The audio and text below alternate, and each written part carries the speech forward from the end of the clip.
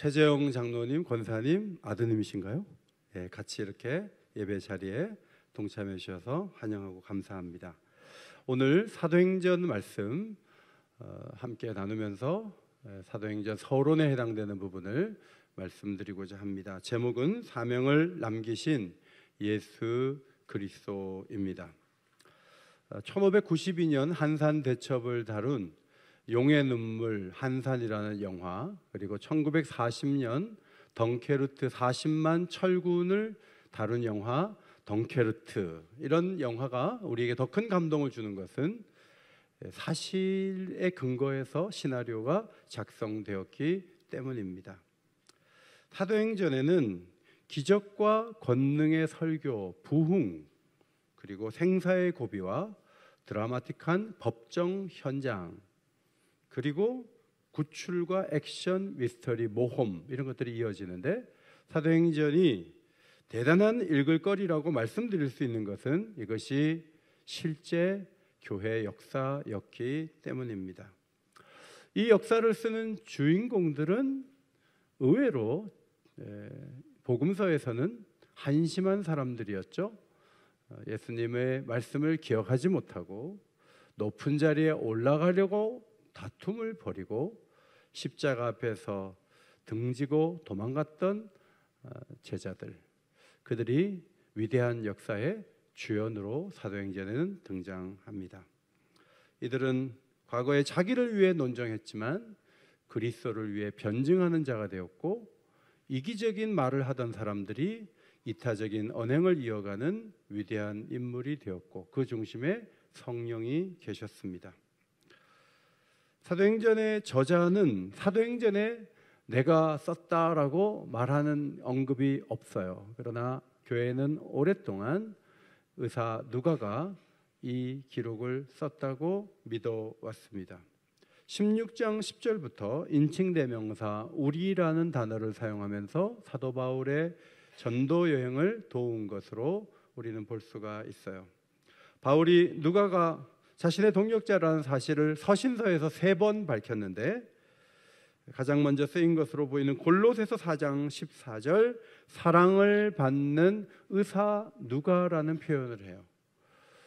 누가의 직업은 의사였던 것이죠. 그러고 보면 사도행전에는 의사였기 때문에 썼을 것이라고 보이는 표현들이 등장해요. 사도행전 3장 7절에 오른손을 잡아 일으키니, 벌떡 일어났다, 보통 사람은 그렇게 쓸 텐데 발과 발목이 힘을 얻었다, 이런 표현. 사도행전 28장 6절, 바울이 뱀에 물렸을 때 그들이 그가 붙든지 갑자기 엎드러져 죽을 줄로 기다렸다 그런데, 여기서 붙든지라는 단어조차도 이것도 의사였기 때문에 쓸 수 있는 표현이 아닌가, 그렇게 볼 수 있습니다. 빌레몬서 1장 24절에는 나와 함께 갇힌 누가라고 표현했어요. 로마 감옥에 투옥되었을 때 바울과 함께 갇혔다는 것이죠. 어려우면 다 피하잖아요. 어려우면 피하고 잘 되면 붙고, 그게 사람 아니에요? 그런데 옥에도 같이 가는 사람이었고, 마지막 서신, 바울의 마지막 서신 디모데후서 4장 11절, 누가만 나와 함께 있느니라. 감옥이에요. 옥에 다 떠나고 누가밖에 없어요. 데마 같은 사람은 뭐 같이 이렇게 움직이다가 이 부분에서는 세상을 사랑하여 갖고, 그렇게 쓰이잖아요. 누가는 신실하게 바울을 따랐어요. 그 결과 나오게 된 2권의 책이 신약에서 가장 긴 누가복음과 사도행전이에요. 이 말씀은 누가가 지었는데 누가는 유대인이 아니에요. 신약의 모든 저자는 다 유대인이에요. 누가만 이방인이에요. 그는 예수를 믿고 개종을 한 후에 역사에 저수를 남김으로 기여해야 되겠다고 보고 자신에게 있는 모든 장점을 집중하여서 이 2권의 책을 완성했고, 그 혜택을 그 다음 교회들이 누리게 되었습니다. 사도행전의 기록 시기를 말씀드리자면 AD 70년에 로마군이 예루살렘을 완전히 무너뜨렸는데 거기에 대한 기록이 전혀 없어요. 80년대에 도미티안 황제가 핍박을 했는데 그런 기록도 없어요. 90년대에 바울의 서신서가 이제 묶여져서 교회가 읽게 됐는데 바울 서신에 대한 기록도 없어요. 그래서 학자들은 누가복음을 쓴 주후 63년 이후에 누가복음에 이어서 속편으로 사도행전을 기록했을 것이라고 봅니다. 사도행전 강해를 하면서 여러분에게 4가지 부탁을 드립니다. 첫 번째로는 많이 읽어주십시오. 28장인데 하루 넉 장, 일주일에 한 번씩 읽어내십시오. 열심히 읽으면 더 잘 이해할 수 있어요. 두 번째는 사도행전 13장부터는 이제 성경 지도를 띄워가면서 말씀을 드릴 텐데 지도를 잘 염두에 두고 따라오시면 좋겠어요. 그래서 유럽과 그리고 터키 지역에 어느 정도의 흐름을 그릴 수 있을 정도로 실력을 갖추시면 좋겠습니다. 세 번째는 기도할 때마다 성령을 구하세요. 성령은 영원히 교회와 함께 하시는 영이기 때문에 오늘날에도 성령을 구하는 교회는 놀랍게 쓰임 받아요. 그래서 이 강해가 진행되는 동안에 성령을 구하고 성령으로 충만하게 되시면 좋겠어요. 마지막 4번째는 말씀에 대한 기대를 가지고 주일 강단을 위해 기도해 주시고, 언제가 될지 모르지만 저는 우리 교인들과 함께 터키를 가고 싶어요. 그리고 그리스도 가고 싶어요. 근데 여러분이 그리스를 가고 터키를 가려고 하는 마음을 가지고 성경을 본다면 얼마나 집중해서 보겠어요. 간다고 할 때 건강이 무너져서 못 간다고 하지 않도록, 너무 가난해서 못 간다고 하지 않도록 좀 많이 가서 현장을 보고 올 수 있는 그런 좋은 기회도 하나님이 주시기를 원합니다. 이 말씀 1절에 사도행전은 데오빌로라는 사람에게 헌정한 글이라는 것을 알 수 있는데, 누가복음에도 데오빌로 각하에게 이런 표현을 통해서 데오빌로를 위해서 쓴 책이라는 걸 알 수 있는데, 경제적 후원자 내지는 그가 궁금해하는 것들을 풀기 위해서 이 2권의 책을 썼다는 것을 알 수 있습니다. 누가복음은 예수님은 누구신가에 대한 쓴 책이고, 사도행전은 하나님께서 구원의 지경을 교회를 통해 어떻게 넓혀 가셨는가를 보여주는 놀라운 책입니다. 예수님은 부활하신 후 40일이나 함께 하셨죠. 노아도 홍수 기간 40일 동안 새롭게 되었어요. 모세도 시내산에 올라가 40일 동안 더 분명한 사명을 받았어요.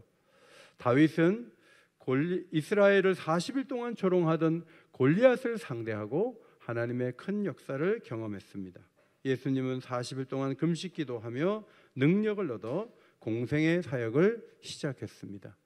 여러분, 철부지했던 제자들, 전혀 움직이지 않던 사람들이 변화된 것은 이 40일이 있었기 때문에 그래요. 부활하신 예수님과 함께하면서 제자들은 큰 변화를 받았고 사명을 새롭게 할 수 있었습니다. 예수님은 사명을 새롭게 할 수 있는 3가지 전략을 오늘 본문에서 가르쳐주고 계십니다. 첫 번째 전략, 아버지께서 약속하신 성령을 기다리라. 다 같이 읽겠습니다. 시작. 아버지께서 약속하신 성령을 기다리라. 성령을 받고 움직여라. 그렇게 말씀하셨습니다. 누가복음에도 나오죠. 부활하신 주께서 볼지어다 내가 내 아버지께서 약속하신 것을 너희에게 보내리니 너희는 위로부터 능력으로 입혀질 때까지 이 성에 머물라. 그렇게 말씀하셨습니다. 부활을 확신해야 돼요. 신앙생활 잘하기 위해서 부활을 확신해야 돼요. 두 번째, 하나님 나라 잘 알아야 돼요. 하나님 나라에 대한 그림, 믿음, 신뢰, 이게 있어야 돼요. 세 번째는 성령이 충만하여 권능을 받아야 돼요.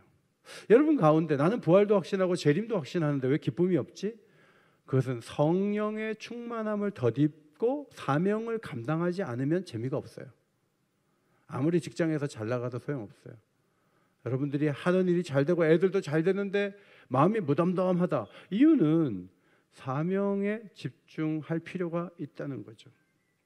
예수님은 오래전에 이런 말씀하셨어요. 내가 아버지께 구하겠으니 그가 또 다른 보혜사를 너희에게 주사 영원토록 너희와 함께 있게 하겠다 그랬어요.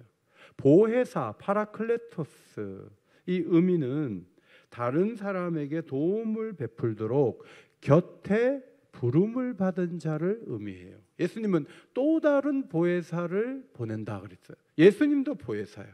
제3을 얻도록 도와주는 보혜사는 예수님이고, 이 땅을 혼자 살아가기 힘들고 신앙 제대로 생활하기 어려운 우리들에게 능력을 주시는 보혜사는 성령님이세요. 성령님은 가까이 오셔서 변호해 주세요. 성령님은 가까이 오셔서 상담해 주세요. 성령님은 가까이 오셔서 도와주세요. 성령이 오시지도 않았는데 자기 힘만으로 나가면 못하겠다 그래요. 그게 금방 나타나는 현상이에요. 교회에도 이렇게 일을 맡기잖아요. 금방 못하겠다 그래요. 이유는 교회 일을 성령의 도움 없이 하는 사람들은 2달도 못해요. 금방 뒤로 물러서요. 성령은 인내하게 하시고 적절한 방법을 가르쳐 주시고, 성령은 가장 좋은 길로 우리를 인도하시는 영이시죠. 요한의 세례는 물세례였어요. 신앙을 고백하면서 물세례를 받아요. 그런데 세례 요한이 말한 대로 나 뒤에 오시는 분은 성령으로 세례를 베푼다라고 말씀했어요. 성령 세례는 성령이 오셔서 우리의 연약함을 새롭게 하셔서 하나님이 원하시는 길을 가장 적절하게 갈 수 있는 사람으로 우리를 만들어 가시는 그 부분에서 성령의 일하심이 나타나는 겁니다. 모세 시대를 볼까요? 홍해를 건넜어요. 만나를 먹었어요. 전쟁에 승리를 했어요. 눈만 뜨면 불기둥이 성막 위에 있어요. 구름 기둥이 있어요. 옷이 헤어지지 않아요. 발이 부르트지 않아요. 기적적인 길을 계속 걸어감에도 불구하고 사람들의 마음은 하나님 말씀 지키는 게 너무 어려운 거예요. 하나님은 그 마음이 불순종으로 기울어져 가는 것을 보시고 모세에게 이런 말씀을 하셨죠. 그러므로 너희는 마음의 할례를 행하고 다시는 목을 곧게 하지 말라. 마음을 바꾸는 게 참 어려워요. 기적을 많이 경험해도 마음이 딴 데가 있는 경우가 많아요. 근데 마음이 바뀌어지는 것은 인력으로 안 돼요. 그래서 하나님은 특단의 조치를 취하기로 오래전에 계획하셨는데 그 말씀이 에스겔서 36장에 나오죠. 또 새 영을 너희 속에 두고 새 마음을 너희에게 주되. 자, 새 영이 오고 새 마음을 주시면 굳은 마음이 제거돼요. 마음이 부드러워져요. 오늘도 말씀을 이렇게 제가 전할 때 그게 그대로 마음에 이렇게 박히는 분들이 계세요. 그럼 은혜를 받았다 그러죠. 그런데 이 딱딱한 마음은 아무리 던져줘도 예수님이 와서 전해도 거부해요. 왜냐하면 마음이 굳어져 있기 때문에 그래요. 마음을 기경하시려면 새 영을 받아야 돼요. 새 마음을 주셔야 돼요. 그 일을 위해서 내 영을 너희 속에 두겠다. 그러면 내 율례를 행하게 된다는 거예요. 하나님의 뜻대로 움직이는 게 어려운 일이 아닌 거예요. 하고 싶은 일이 되는 거죠. 오늘 교회에 오실 때 아유 벌써 주일이야. 또 교회 가야 돼. 왜 이렇게 주일이 자주 돌아와? 그런 분도 계시죠. 그러나 와 주일이다. 야 오늘도 찬양대 서야지 하고 기쁨으로 오셨다면 성령의 도우심이 있는 거예요.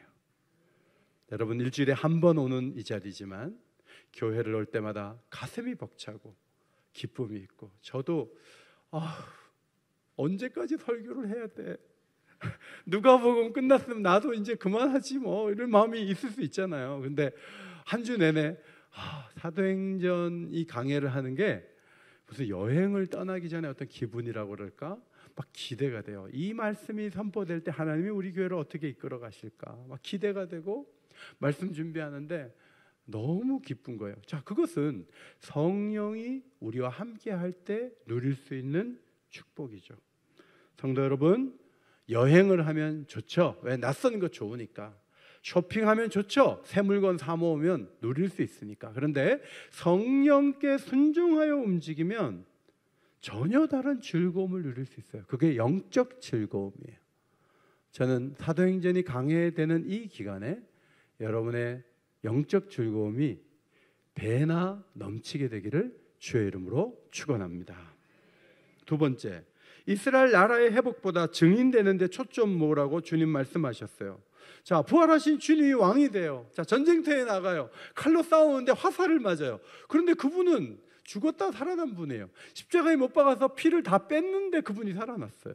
자, 전쟁에 나가면 주님 혼자 싸워도 다 이기고 아무리 화살을 맞아도 그분은 살아날 거 아니에요. 그러면 이 예수의 군대를 당할 수 있는 나라는 아무 데도 없어요. 그러므로 앞으로 놀라운 제국을 세울 거다라는 생각을 하면서 사람들은 물어요. 이스라엘 나라를 회복할 때가 이때입니까? 라고 질문해요. 그 말은 당신이 앞에 나가면 우리가 뒤로 따라가겠습니다, 그런 얘기예요. 그런데 예수님이 이렇게 말씀하시죠. 회복의 때는, 이스라엘의 회복의 때는 아버지의 권한이다. 그리고 이 말씀도 하세요. 너희가 알 바 아니라는 거예요. 이스라엘 나라가 회복되는 것에 대해 너무 관심 갖지 말라. 아니, 그거를 아예 관심사에서 조금 밀어내라. 그리고 오직 하나에 관심을 기울여야 된다. 그 말씀이 8절 말씀이에요. 자, 8절 말씀. 오직이란 단어는요, 헬라어 접속사 알라, 그러나라는 말이에요. 그러나. 자, 오직 같이 읽겠습니다. 시작. 오직 성령이 너희에게 임하시면 너희가 권능을 받고 예루살렘과 온 유대와 사마리아와 땅끝까지 이르러 내 증인이 되리라 하시니라. 너희의 알 바 아니요. 관심을 이스라엘의 회복에 너무 두지 마라.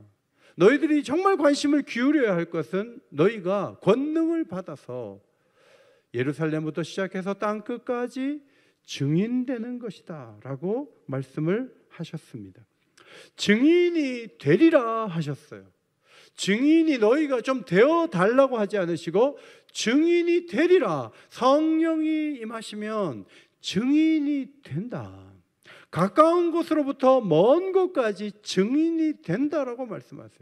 예루살렘에는 예수님을 잡아 죽인 법정에서 언도한 빌라도를 포함한 많은 사람들이 활약하는 곳이 예루살렘이에요. 거기에 무슨 복음을 전하고 싶겠어요. 그러나 거기에 우리 주님은 교회를 세우세요. 그리고 예루살렘을 둘러싼 유대 온 지역과 적개심을 품고 있는 50%만 유대인인 사마리아 땅, 그리고 서반으로 알려진 저 스페인에 이르기까지 내 증인이 되리라 라고 말씀하셨어요. 그래서 사도행전은 7장까지는 예루살렘에 대한 기록이에요. 7장까지는. 12장까지는 유대와 사마리아 땅에서 일어난 일을 다루고 마지막 13장부터 28장까지 3차에 걸친 전도 여행을 통해서 바울이 로마에 도착하는 그 일까지 기록이 되어 있습니다. 9절 이하의 말씀은 베다니에서 예수님이 구름 타고 승천하셨다는 거죠. 구름은 영광의 상징이에요. 아, 정말 하나님의 아들이구나. 제자들은 그것을 깨달았을 거예요. 흰옷 입은 두 사람이 말하죠. 갈릴리 사람들아 어찌하여 서서 하늘을 쳐다보느냐. 너희 가운데서 하늘로 올려지신 이 예수는 하늘로 가심을 본 그대로 오시리라. 여러분, 가끔은 내가 예수다 하는 재림주가 있잖아요. 문선명이라는 사람은 죽었지만 그 사람은 구름을 갖다가 구름같이 많은 인구 밀도가 높은 나라에서 자기가 태어났다고 이렇게 해석함으로 자기가 재림주라고 해요. 여러분, 그것은 다 거짓이죠. 우리가 눈으로 볼 수 있도록 재림주는 오신다고 했으니까 이 말씀을 분명히 기억을 해야 돼요. 예수를 믿는 이들의 최대 과제가 뭔가요? 땅끝까지 이르러 함께 선교 사역을 감당하는 거예요. 지난 금요일도 사랑의 교회 파송한 선교사님이 오셨잖아요. 제가 과천까지 태워다 드렸는데 제가 보니까 사랑의 교회 부목사로 있으면 한 2배 이상 사례비를 받아요. 그리고 당장에 아들인가 고3인데 데리고 갔어요. 학교를 갑자기 어떻게 합니까? 그러니까 문제가 이것저것 너무 많은 거예요. 근데 그분이 선교 목사로 있으면서 땅끝까지 가는 일을 내 인생에 한번 순종해야지 하고 떠나게 됐는데 하나님은 그에게 보람과 기쁨과 은혜를 많이 부어주셔서 체코 땅에 많은 교회들을 활력을 갖게 하는 놀라운 일을 이룬 것을 보게 됩니다. 그 한정원 선교사님만이 아니에요. 옥인교회가 할 수 있는 가장 위대한 일은 뭘까요? 예배당 크게 짓는 거 아니에요. 옥인교회가 할 수 있는 가장 위대한 일은 선교 사역이에요. 이번에도 적은 학생들이지만 고등부 학생들이 체코에 갔다 와서 애들이 집에 가서 어떻게 했는지 부모님들이 전부 선물 싸갖고 왔어요. 금요일날 한정훈 선교사님이 큰 사랑을 받고 가셨는데 애들이 와갖고 꿈을 보고 비전을, 하나님의 비전을 보니까 애들이 집에 와서 놀라운 얘기를 했던 것이죠. 아이들만이 아니라 옥인교회가 가장 아름다운 길을 걸어갈 수 있는 방법은 선교하는 일에 더욱 집중하는 거예요. 저는 우리 교회가 이 말씀을 강론할 때 더 좋은 선교적 교회로 새로워지기를 주의 이름으로 축원합니다. 세 번째로 성령을 기다리며 기도하는 모습을 마지막 본문 뒷부분에서 보게 됩니다. 13절에는 11명의 사람이, 제자들이, 사도의 이름이 기록되어 있죠. 베드로, 요한, 야고보, 안드레와 빌립, 도마와 바돌로메, 마태, 알페오의 아들 야고보, 셀롯인 시몬, 야곱의 아들 유다. 자, 공통점이 뭐예요? 이 사람 전부 예수님 십자가 앞에 도망친 사람들이에요. 내가 보기엔 도망친 명단이에요. 그러나 누가는 한 사람 한 사람을 쓰면서 이들이 성령을 받아 온 세계를 선교하는 주축이 된 주인공들이다 라고 생각하고 이들의 명단을 적어요. 이 명단은 누가복음 6장에도 나와요. 누가복음 6장에 나오는데 6장의 명단은 몇 명이 나와요? 12명이 나와요. 사도행전은 11명이 나와요. 누가 빠졌어요? 가룟 유다가 빠졌어요. 가룟 유다는 어떤 사람으로 기록됩니까? 16절, 예수 잡는 자들의 길잡이가 돼요. 예수를 잡아주는 사람의 길잡이가 돼요. 사도로 부름받았는데 예수를 잡아요. 그 다음 25절에 이 직무를 버리고 제 곳으로 갔다 그랬어요. 사도로 부르심을 받아 오병이어의 기적도 받고 나사로의 죽음도 죽고 살아나는 부활하는 모습도 봤어요. 다 경험했어요. 그런데 자기 원하는 길로 가버렸어요. 그리고 예수님 판 그 돈으로 밭을 사요.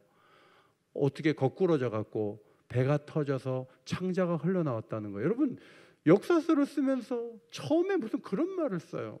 마띠아가 12번째 사도가 되었다는 기록을 남기기 위해 쓴 것이긴 하지만 왜 누가는 심각하게 이 부분을 다루냐 하는 거예요. 교회는 많이 얻지만 많이 잃어버리는 공동체예요. 얻은 모든 사람들이 구원받는 거 아니에요.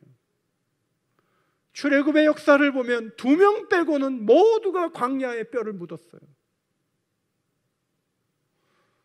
우리는 코로나 때 100명 이상을 잃었어요. 그리고 직무를 버려요. 주일날 교회는 나오지만 기도하는 직무를 버려요. 하나님 앞에 사명을 감당해야 되는 직무를 이런저런 이유로 버려요.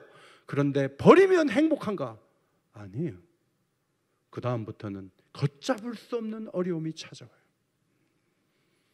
우리에게 주신 이 기회를 주의 영광을 위해 사용할 때 하나님은 우리를 놀랍게 쓰신다는 기대를 가지고 살아야지 이런저런 핑계를 대고 직무를 버리는 것은 결코 하지 말아야 될 일이라는 것을 보여줘요.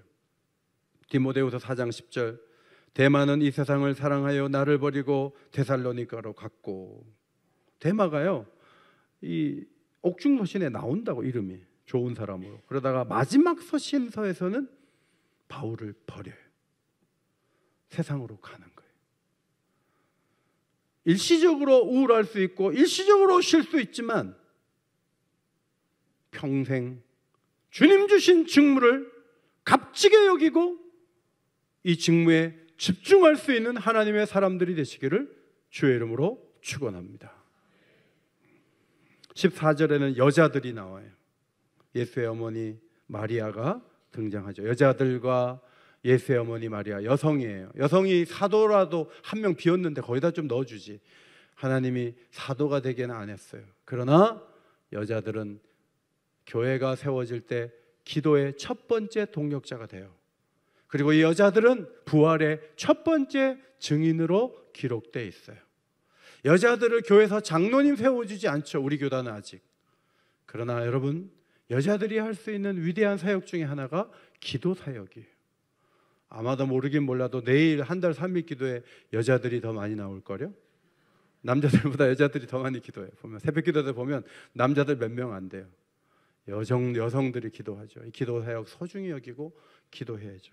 그 다음에 예수의 아우들이 등장해요. 자, 이 사람들은 요한복음 8장에 보면은 이 사람들 예수님 못마땅해 갖고 뭐 나타나기를 원하시면 좀 막 밖으로 드러내고 일하세요. 올라가요. 예루살렘에 가서 좀 자기를 드러내세요. 이렇게 말했던 이유는 예수를 믿지 않았기 때문이라고 기록되어 있어요. 그런데 이 사람들이 다 믿음으로 모여서 이 육신의 형이 아니다, 하나님의 아들이다, 이 확신을 가지고 기도하면서 예루살렘 교회의 위대한 멤버들이 되고, 그 중에 하나가 야고보서를 기록한 예수님의 동생 야고보예요. 교회는 기도의 자리에 다양한 사람들이 모이는 공동체예요. 사도들이 자격이 있습니까? 여자들을 사람으로 쳤습니까? 예수님의 아우들이 예수님께 협력을 했습니까? 근데 그들이 기도할 때 그들 모두를 하나님은 성령의 도구로 사용해 주셨습니다. 14절, 기도의 모습 3가지. 더불어 기도했어. 따라합시다. 더불어. 헬라어로 쉰이라는 단어인데 함께라는 말이에요. 내일 우리가 함께 모이잖아요. 함께 모이는 거 중요해요. 집에서 기도하면 되지. 온라인으로 언젠가 온라인 꺼버릴 거예요. 모이는 걸 그렇게 힘들어하면 어떡해. 우리 교회가 한 달 3일 기도에 300명씩 모일 때 기적이 나타났어요. 그때 엘리베이터도 그때 한 거예요. 우리가 함께 모이면 하나님 역사하시거든요. 근데 이게 함께 하는 게 잘 안 되는 거예요. 함께 기도하는 첫 번째 정신. 두 번째, 마음을 같이 하여. 호모디마도네라는 한 단어로 헬라어로 표현되어 있어요. 호흡을 같이 하는 거예요. 호흡을. 성가대가 호흡을 같이 해야 돼요. 여기서 쉬어야 돼요. 여기서 혼자 숨 쉬면 안 돼요. 같이 호흡을 같이 하여 노래를 만들듯이 기도도 호흡을 같이 해야 돼요. 그 다음에 헬라어 단어를 보면 오로지라는 단어는 없어요. 오로지는 없고 힘쓰다, 기도에 힘쓰다라, 한 단어예요. 프로스칼레레오라는 단어인데, 이 단어는 한 사람을 지지하거나 한 장소에서 근실하게 일하는 모습을 보여주는 동사예요. 기도도 그런 거예요. 그리스도를 지지하며 한 장소에 모여 응답받을 때까지 함께 기도할 때 성령이 교회에 오셨다는 것을 역사가 보여주고 있습니다. 18세기 유럽 교회가 이미 기울어져 교회 건물들이 관광지가 되어가고 있었습니다. 체코의 모라비아라는 지역이 있어요. 그 지역에서 신앙의 자유를 찾아서 독일의 작센이라는 지방으로 이주한 90명의 성도들이 있었어요. 그들이 1722년에 작센 지방에 와서 진젠도르프라는 영주에게 땅을 선물로 받아요. 제공받아요. 4년 후에 이 공동체는 90명에서 300명이 됐는데, 이들은 자신의 거주지를 헤른후트라고 명명했습니다. 우리 고등부 학생들이 이번에 헤른후트를 갔다 온 거예요. 거기에서 하나님의 놀라운 역사가 있었거든요. 진젠도르프는 1700년대 사람인데 60살에 죽었어요. 이분이 굉장히 영성이 있는 분이에요. 아버지 일찍 돌아가시고 엄마가 4살에 재혼해가지고 할머니 손에 컸는데, 할머니가 너무너무 경건한 분이었어요. 진젠도르프가 이런 말을 했어요. 복음은 모든 피조물, 모든 민족에게 선포되어야 하며 성령은 유일한 선교사가 되신다. 인간은 성령의 대리인으로 성령이 예비하신 자가 선교사로 갈 수 있다. 선교의 주인은 그리스도이시고 교회는 그리스도를 앞설 수 없다. 이런 말을 남겼어요. 1732년 8월 달에 처음으로 두 사람을 서인도 제도로 선교사로 평신도 선교사를 보낸 거죠. 한 사람은요 목수였어요. 한 사람은 옹기장에 그릇 굽는 사람이었어요. 이 두 사람을 보내면서 부두에 모여서 성도들이 이렇게 기도했다고 그래요. 우리의 죄를 위해 고통당하신 예수 그리스도여, 당신의 고통이 우리가 드리는 생명과 희생을 통해서 보상을 받으셔서 십자가에 대한 응답으로 우리는 선교합니다. 그런 말이죠. 5년 후에 아프리카로 선교사를 보내고 1740년 아메리카 인디언을 향해서 1742년 중국에 선교사를 보냈는데 허드슨 테일러보다 150년 먼저 갔어요. 모라비안 교도들이 그렇게 빨리 사람을 중국에 보낸 거예요. 1747년 페르시아, 1754년 자메이카에 이르기까지 28년 동안 진젠도르프 백작이 죽기 전까지 모라비안 교회가 226명의 선교사를 파송했어요. 진젠도르프 사후에도 200년에 걸쳐 3,000명의 선교사를 보냈어요. 여러분, 한 공동체가 3,000명을 보냈단 말이에요. 200년 동안에. 어떻게 그럴 수 있었느냐? 키가 있어요. 키가 뭐냐면 순종과 선교적 열정으로 선교사를 보낼 수 있었던 첫 번째 열쇠가 있어요. 2부 예배 때 내가 띄워주면서 열쇠가 뭐죠? 그러니까 사람들이 보면서 안 읽어요. 왜냐하면 기도하라고 할까 봐. 그래서 참 우리 교인들이 생각을 많이 하시는구나. 그걸 알았어요. 다시 한번 3부 때도 물어보고요. 순종과 선교적 열정의 첫 번째 열쇠가 뭡니까? 네. 기도예요. 이분들은 이 중보기도, 이 24시간 연속 기도를 열심히 했어요. 이번에 우리 학생들이 가서 그 기도의 장소로 갔다 왔거든요. 그 기도의 장소에서 계속 연속으로 기도를 하는데요. 조를 짜가지고 기도해요. 2명씩, 1시간에 2명씩. 2명 빠지면 하는데 새벽 1시, 2시 때도 다 배치를 해요. 그렇게 해서 계속 이어서 기도를 했는데 몇 년을 했냐면 100년을 했어요. 100년을 했어요. 저는 알고 있어요. 이 중에 기도왕들이 많아. 기도 많이 했던 분들이 있어요. 미안하지만 요즘에는 기도왕이 아니에요. 요즘에는 교회를 잘 안 와요. 기도를 안 하기로 작정을 했어요. 물론 이것저것 이유들이 있죠. 몸도 아프고 힘든 부분이 있어요. 그러나 여러분, 기도를 쉬면 교회는 사명을 놓을 수밖에 없어요. 기도를 하면 하나님께서 일하시는 교회가 될 수가 있어요.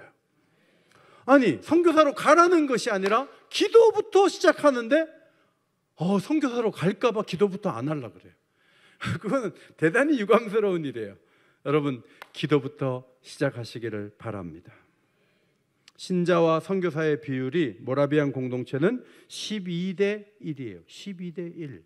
12명이 한 명을 보냈어요. 애들 포함해서 10이에요. 그러면 3가정, 4가정 중에 한 사람을 선교사로 보낼 정도로 선교에 헌신적인 교회였던 거죠. 우리 교회가 교인 수에 비해서는 50가정을 섬기는 게, 선교사 50가정 후원하는 게 힘들어요. 그래서 늘 선교비가 모자라서 쩔쩔매면서도 선교를 자꾸 하려고 하는 이유는 성령이 우리에게 충만하게 오시면요, 우리는 사명에 불타는 사람이 되고 그 사명에 불타는 마음은 선교로 연결되기 때문에 그래요. 저는 우리 성도들이 이 마지막 시대에 뜨겁게 기도하여 하나님 기뻐하시는 아름다운 도구로 쓰임받는 교회의 중심에 서게 되시기를 예수의 이름으로 축원합니다. 하나님 고맙습니다. 십자가 앞에서 제자들이 보인 행동을 저희가 알고 있습니다. 다 도망쳤습니다. 한 사람도 주님의 마음에 힘을 주지 못했습니다. 베드로는 면전에서 3번이나 부인했습니다.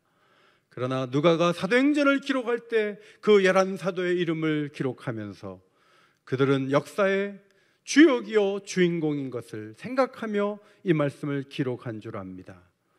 우리 가운데 자격 있어서 주님의 마음을 기쁘게 할 수 있는 사람은 없습니다. 우리도 부족하지만 기도하는 가운데 성령의 도구 되게 하여 주옵소서. 증인되는 일에 우리 오긴교회가 더 귀하게 쓰임받는 교회가 되게 하여 주시옵소서. 우리의 눈빛이 살아있고 우리의 가슴이 뜨거움으로 채워지기를 원합니다. 내일 아침에도 모여서 기도할 때 우리와 함께하여 주옵소서. 예수님 귀하신 이름으로 기도하옵나이다. 아멘.